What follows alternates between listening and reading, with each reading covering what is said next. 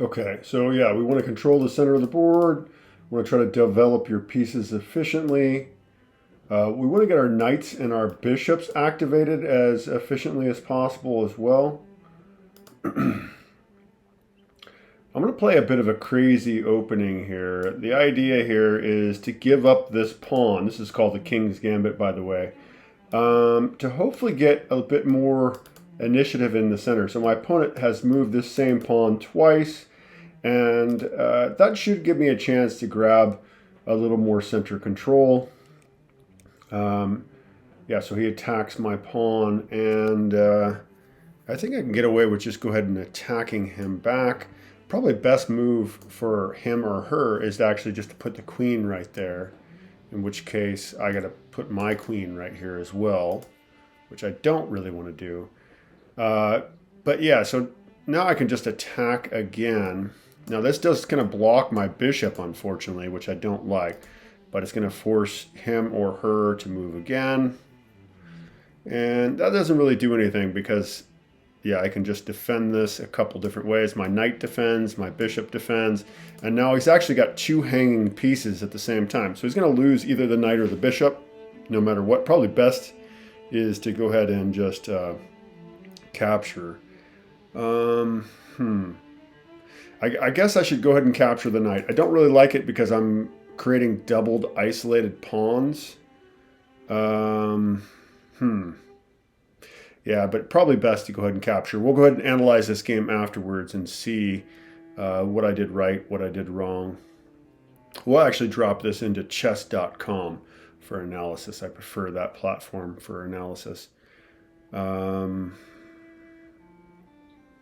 I guess I'm just going to go ahead and grab this pawn.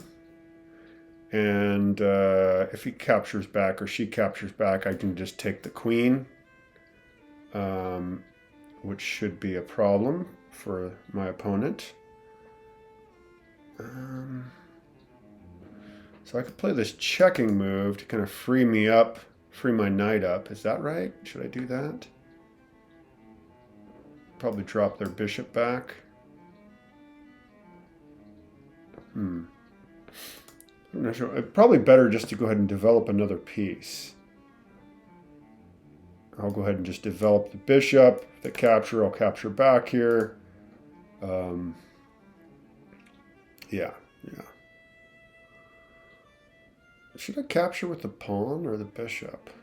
No, that kind of fixes my pawn structure a little bit. No, I guess I'm going to do it this way. If the queen comes down, I've got this bishop here can block. So yeah. So that's kind of nice. I might be able to fix my pawn structure, which I love having nice pawn structure. So that was the whole idea of that. Normally I wouldn't do that, but it looks like I'm going to have to castle to the other side. So no real threats here with the queen. I'm going to go ahead and just capture here. And now this is an isolated pawn. It has no friends that can kind of hold hands with it. So that's now my opponent has an isolated pawn. They do have two defenders here. I have two attackers, so I can't take that. Yeah, probably just develop my knight. I do have this checking move, which might be nice at some point.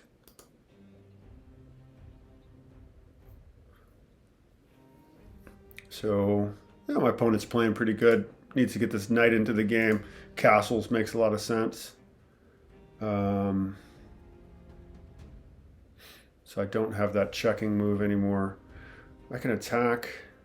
So you always want to be considering checks and captures. So they can capture this, they can capture that. That's no good. That's really all they have. I'm going to go ahead and attack this pawn here. Possibly winning the knight if they're not careful. I won't be able to win the rook because the rooks can defend each other if they put if they move the knight away. But where are they going to put the knight that I can't take it? Not a lot of options there. So my opponent's move here, I'm thinking castle and queen side, and then attacking on the king side is the idea. My rook will come to the center here, which is kind of nice.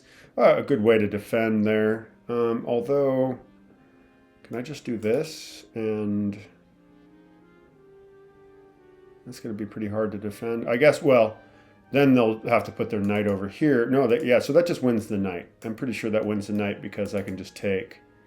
Oh, no, they can play this here. Okay, so their knight's okay. They find this move. You got to play this move. That's the only move you have. Nice. Nice play. Okay. All right, go ahead and castle the queen side here. Very interesting game. Opponent is playing well. I'm going to probably move my king over to b1. A lot of times you castle queen side, you might have to go ahead and just move your king again. That is kind of the issue with castling queen side. Okay, so this isn't really a threat. I've got 2 defenders. I have 3 defenders. I have the queen also. So if you really want my knight, that's fine. I'm going to go ahead and take here. I have 2 attackers. They only had 1 defender, so we can trade queens. And I believe I'm up material. Yeah, I'm up 4 points here. So any trade is good for me. If we trade material, that's to my advantage as I'm winning. So I'm threatening to win the knight. They almost have to, well, probably knight here might be a good way to go. Yeah, so go ahead and capture. So not a good play by my opponent because they're losing. They're down material. You don't want to trade when you're down. Okay, that's just not the way you want to do it. That was a good idea there, although, do I have a really mean move here? I can just play this move here. Well, I guess that's not that mean. Their queen is defended, but it's going to destroy their pawn structure. And they can't really play this move here because that leads to mate. I've got two defenders there. And yeah, I'm up 4 points. So queen trade is really good for me. And not to mention it really destroys pawn structure there. And yeah, so I'm going to go ahead and push this pawn here. Maybe not the best move, but the idea is I'm attacking the knight. If they capture my bishop, then sweet. They completely fix my pawn structure. And I like that. I would like to have fixed pawn structure. Yeah, 3 pawns connected to each other. That's a beast. Yeah, so now I have like pristine pawn structure. Meanwhile, my opponent is, has terrible pawn structure. They're down a pawn and a bishop. So, yeah, pretty hard to play for my opponent, but they're doing a pretty good job. Doing a good job here. But yeah, the trouble with isolated pawns like these guys is you have to use your pieces, your knights, bishops, kings, queens, and whatnot to defend. Where my pawns are all touching each other. Excuse me. They can defend each other. So that's why we like to keep our pawns able to contact each other like this. And yeah, probably capture this way. There's no checking moves. We always want to be keeping track of checks, captures, loose pieces. He pretty much has to pacify his rook and play this. Otherwise, he's just going to get torn apart. And yeah, I can actually just win this other pawn here if he does that, more than likely. Although I guess he could bring the other pawn in. Yeah, so that's just going to lead to an early end. And that's just checkmate, isn't it?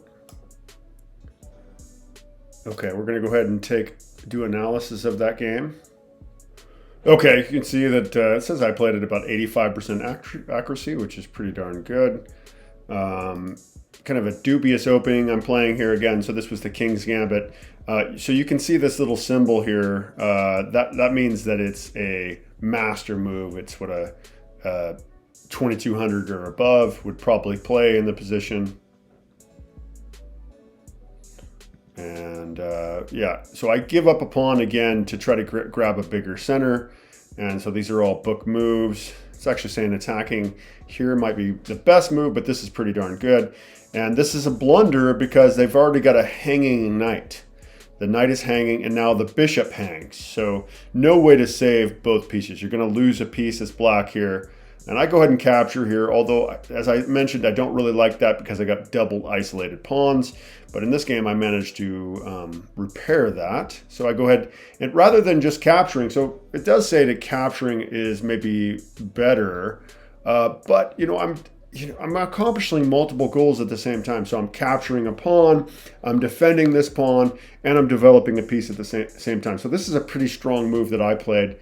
And now my opponent attacks. This is great development by my opponent. Definitely a strong way to play. I go ahead and defend. Computer says it would have been better to attack the bishop, but my move was okay.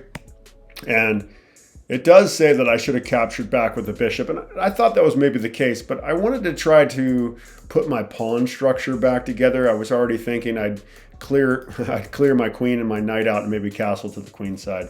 So that's what I was thinking there, and I was anticipating this move. This pawn is defended, so not really a problem. And now my opponent has to move again. And yeah, so by the way, that star just means that's the best possible move. It was a doubled pawn, so I didn't really want it around. And now so I developed my knight, saying I should have already went for the queen trade. I'm up 3 points, so trading queens should be to my advantage. If you're winning by like 3 points or more, it usually makes sense to go ahead and simplify the position. Get the queens off the board if you can, because then your opponent is going to have less chance to get into the game. All right, so just continuing my development, some threats. My opponent plays an excellent move there. That's the only move that would have worked. I castle queenside, and as you see, that's the best possible move. And I'm not concerned here. I'm down. I'm winning by 3 points.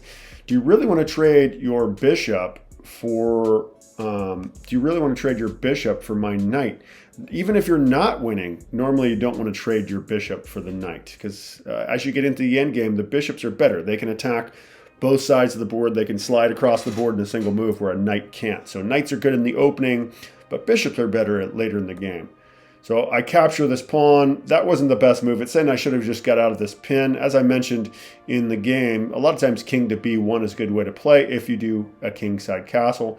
So I'm looking for a queen trade. You want to trade queens? Then I'm winning. Wait a second.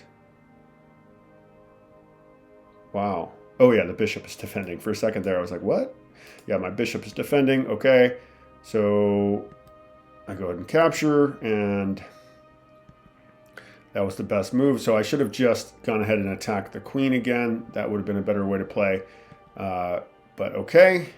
And as I mentioned here, I was like, okay, you want to go ahead and take my bishop? That'll just kind of fix my pawn structure. So I kind of wanted that. My opponent has this disgusting pawn structure.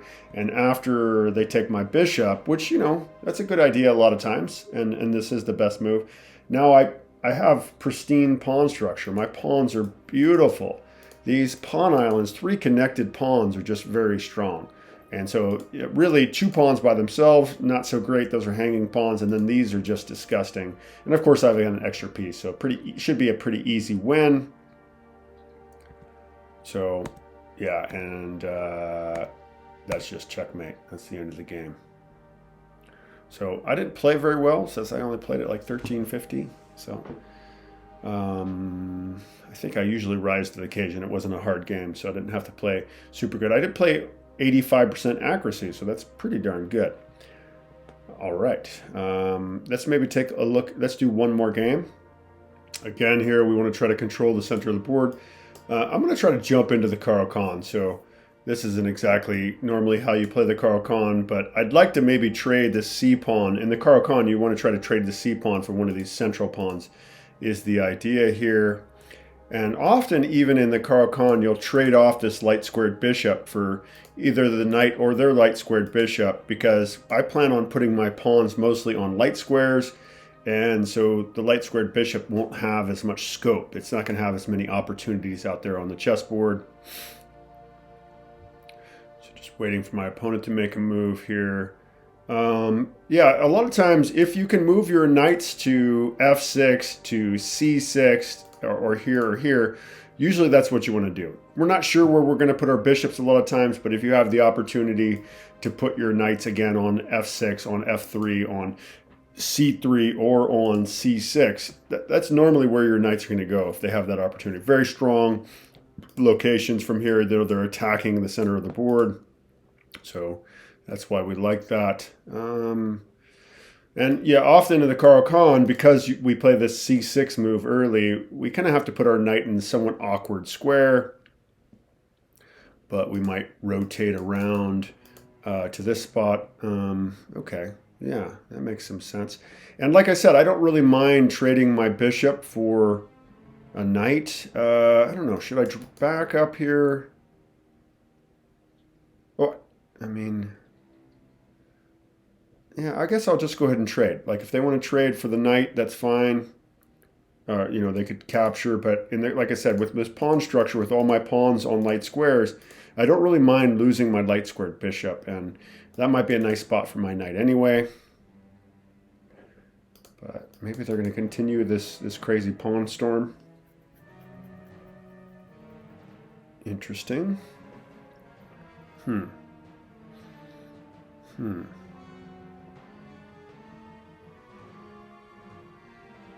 nice if I had a spot for my knight here because of this discovered attack, but I don't really have a good spot for my knight. Bishop development. What do I want to do here? Man, it'd be nice to have a good spot for my knight.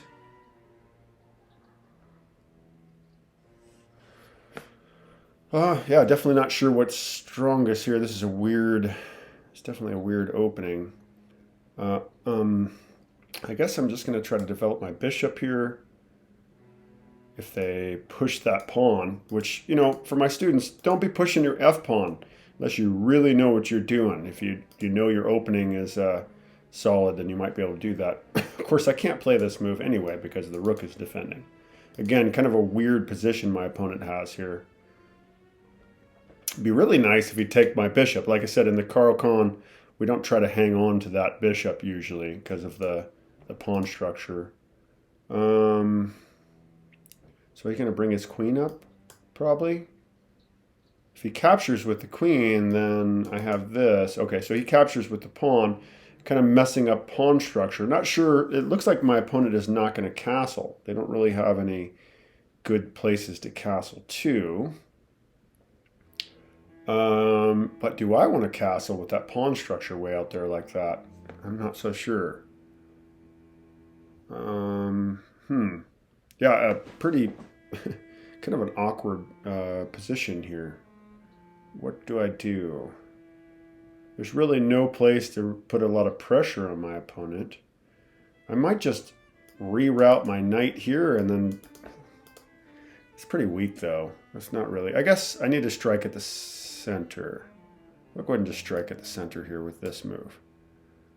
And then knight goes here, and then maybe I bring this knight and see if they just hang their knight there. I need a different square for this knight.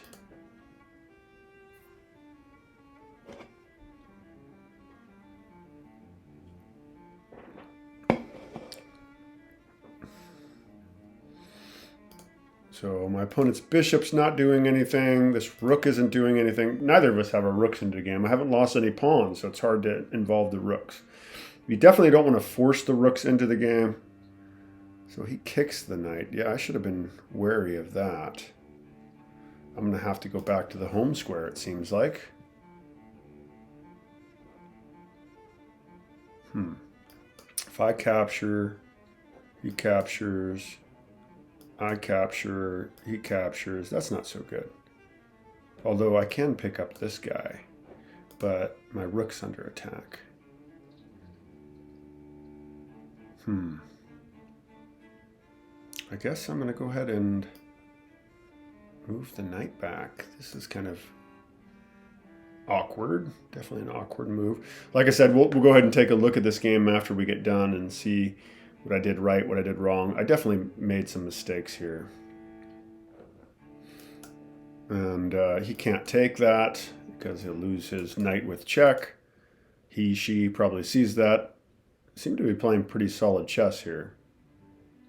Other than the fact that they... Well, I haven't castled either, but... And again, can't take because the knight is unprotected. Yeah, so that was a blunder.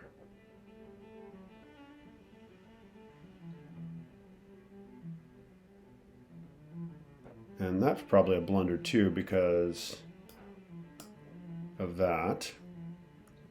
I could take this pawn too, and all my pieces are just kind of starting to get activated. This is not a safe position for my opponent. And, you know, I didn't castle here, but there's nothing wrong with the center. It's pretty squared away. I might just go ahead and capture here to create double isolated pawns in the center. Not to mention, I can also capture with the rook if I want. I don't know, is that best? Or should I just... So I can't take this. It'd be nice if I could take that, but of course the bishop is going to grab me. Always want to be thinking about checks and captures. It'd be really nice if I could somehow go here or something, but that pawn is difficult. I guess I'm just going to go ahead and grab this pawn. Might not be the best move. Now I have two loose pieces. That's dangerous. Like having loose pieces that are undefended, not usually a good idea. You know, as far as my king not being castled, you know, the center is not going to open up anytime soon. So not really something that I'm super worried about. Obviously, he's attacking me with his king, with his king, and I need to do something about that.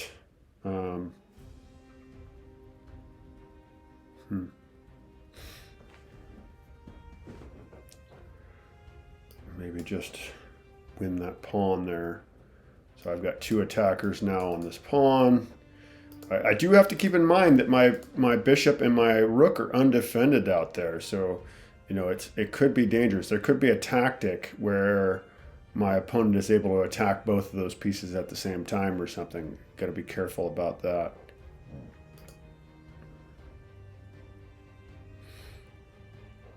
It's just not great development. I still got to get these knights into the game. What are they doing back here? I had to move this guy back. That was terrible. So my knights have not been doing much for me.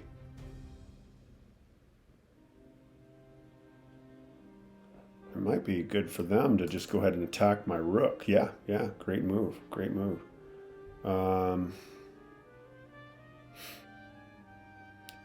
Does not seem like it's easy to save that. Is there no way to save that rook? So I might just defend it and see if he takes my rook. I've got this move here, check, and they're in big trouble. So, you know, in general, you don't want to lose a rook for a bishop, but I think this is okay. It'd be nice if I could defend the rook some other way, though.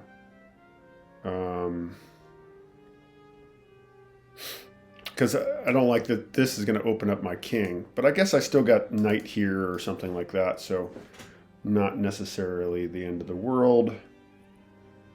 Can I not? Yeah. Does not seem like there's any way to save the rook. So, yeah, I guess we'll just go for the trade. I'll pick up this pawn with check, then I'll pick up, and I can always drop my knight here to defend my king. I'm not going to take my rook now. Interesting.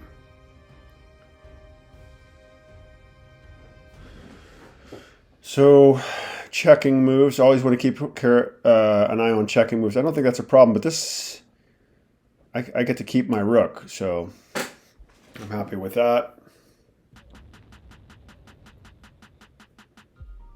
Everything seems okay. Again, these guys are just not defended. Okay, so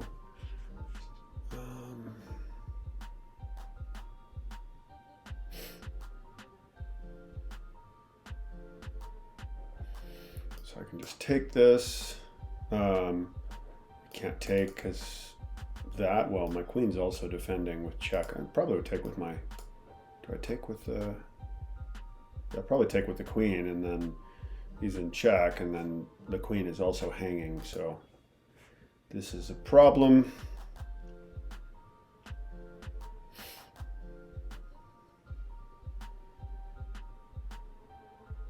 not a lot to be done if you're playing for white. Even though my king is not castled, it's still pretty darn safe. There's no threats. The center is mine, and yeah, that's covered by the queen. That's covered by the queen and the bishop and the knight. So no decent moves for my opponent, really. Probably should just try to defend with one of the rooks. I'll probably still just capture. Yeah, so that made a lot of sense. Could attack the queen. No, I can't do that. So I'm up 5 points, so it does make sense for me to go ahead and simplify. I'll go ahead and just capture here. And they have to capture back with the rook, and otherwise they would drop this. So I could go ahead and I'm just going to go ahead and bring my queen into this battle. I do have to watch out for this here, though. That's definitely an issue. So something I got to keep in mind. I got to think about that checking move. But I could just simplify. Probably best to just go ahead and simplify. I could play this checking move, but I don't think that does a whole lot. So if I play that check, they could just attack my rook.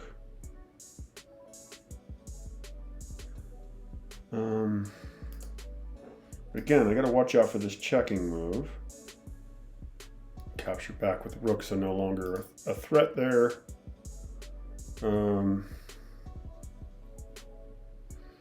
Probably just continue to develop. Well, so I'm up 5 points, so a queen trade is really good for me. So this basically forces a queen trade. There's no way that they can get out of this queen trade.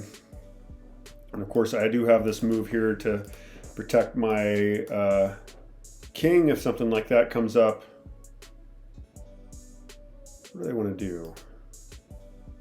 So they definitely should not trade queens. I'm up material, so you don't want to trade when you're down.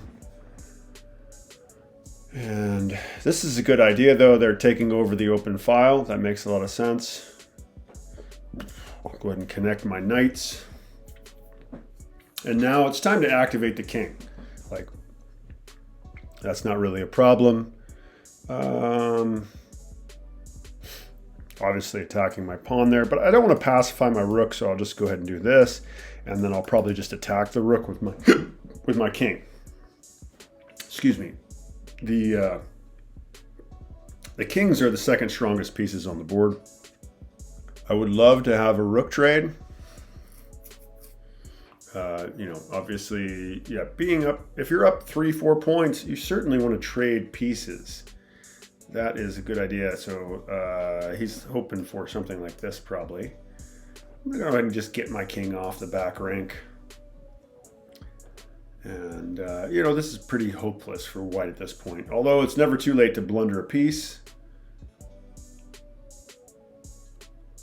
I'm just up a knight and a couple of pawns. They have an isolated pawn and just a couple hanging pawns. So that's not ideal for them. I need to get this rook into the game. Probably one of the better moves for them is just to go here. But then I just go here. Yep. So that's a great move. They made a good move there. I'm going to go ahead and just activate my rook over here. And probably defend with their king. Yeah.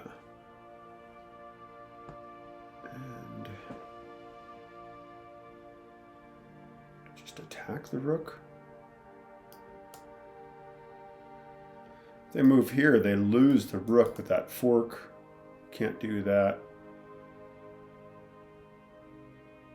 So my pawn is under attack there.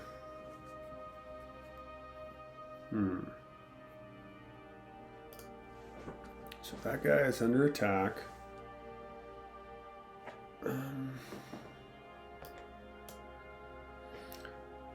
bring my knight here and defend this guy here.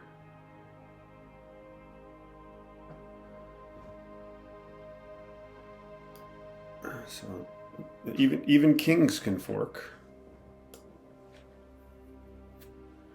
I'm not sure how. I don't think they can save both their pieces. I might be missing something, but how do you save the knight and the rook? So yeah, forks. Fork is where you attack two pieces at the same time, and all the different there's 6 different types of chess pieces. They can all fork it, or they can all do forks, and they all do them differently. Here is a king fork. As I said, the kings are the second strongest pieces on the board. Of course, the rooks are stronger, but yeah, the kings are also powerful endgame pieces. If you only got a couple of, oh, but I can't take because that hangs my knight, huh? All right.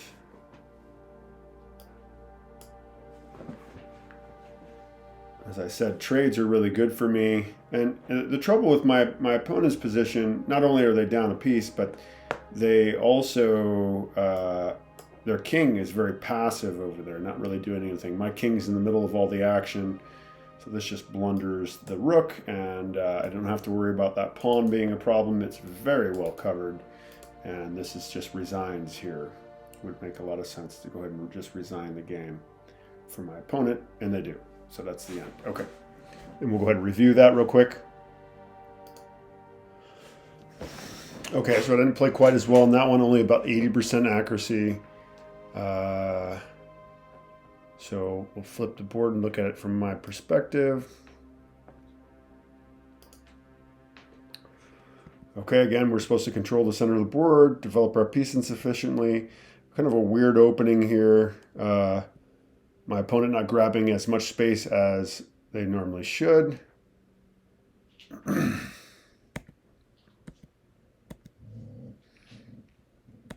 So again, that star means best possible move. So kind of a strange move there. It does say that I should have moved my bishop back. I considered that, but like I said, in the Caro-Kann with this pawn structure all in the light squares, often you trade off your bishop. So I was looking to do that. That was a mistake. They should have just chased my knight, and then they could have messed up my pawn structure. So that was the idea there. Although I probably would have just taken the knight, so I guess it wouldn't have messed up my pawn structure. And as I've said, in the Caro-Kann, we trade off the light squared bishop a lot of times. Often a good idea to go ahead and attack the center there. Castling would have been good as well. So my opponent just making a lot of pawn moves. I was considering capturing here and then capturing the knight, but it seemed too chaotic. I wasn't sure how that was all going to work out. So I should have just captured. Yeah, so capturing here, and then they would have had double isolated pawns here, so that would have made a little more sense. This was a trick, though. I figured if they capture me, I win the knight, was kind of what I was thinking. My opponent did see that, but they did miss that they can't capture back here because now the knight is hanging. So this is why you always want to keep track of loose pieces, so just undefended pieces. So they capture back, and I pick up a piece. And now I'm up 3 points, and at this point, the game is a lot easier for me. I can just trade down to a winning endgame. So I attack in the center, and now my opponent's got doubled isolated pawns. So not great for them. Yeah, so I should have moved my knight here. This is an inaccuracy. Should have just got my knight developed. My opponent attacks with the king. A little bit early to be attacking with the king. I've got 2 attackers here was the idea. So it's saying that was a mistake. I should have pulled back here and defend my rook. So yeah, the issue is I have 2 undefended pieces here. Could be dangerous. It does say that attacking my rook with the knight would have been a better way to play. I didn't really see a good way to save my I didn't see a good way to save my rook, so I just defend the rook. You know, rooks are worth 5, bishops are worth 3, but I've got this, and so if they capture, I'm going to pick up the pawn also, and then I just get a really compelling attack, but they don't capture, and now, you know, I've got even more pressure here. This was a good way to go for my opponent, just capturing there. And yeah, that's the best possible move. That's what that star means. Bishop, of course, can't capture because it blunders the queen. And, oh, so they do have two defenders here. So they didn't have to try to defend the bishop. It was already defended. I decided to go ahead and just trade. I've got, I'm up material. This works well for me. Now I bring my queen into the game. Best possible move in the position. And I've got this nasty issue over here that I'm going to deal with. This fork would win my rook. So I decided to go ahead and just trade. Now they could play this move, but if I attack them, they're not going to be able to take my rook because I'll take the queen with check. So that was the idea there. And now, as I said, I'm up 5 points here. So in order to make it so that there's no way my opponent can get back into the game, I just get rid of the queens. If the queens are off the board, it's an easy win. I'm trading down to a winning endgame. That was the idea, and that was the best possible move in the position. Now I just kind of connect my pieces, protect my pawns. It does say I should have just defended with the rook. A lot of times, though, you don't want to make your rook passive like that. So that was my idea there. And my opponent makes a lot of good, strong moves. So now threatening to win my rook. If I'm not careful, the rook is lost with that skewer.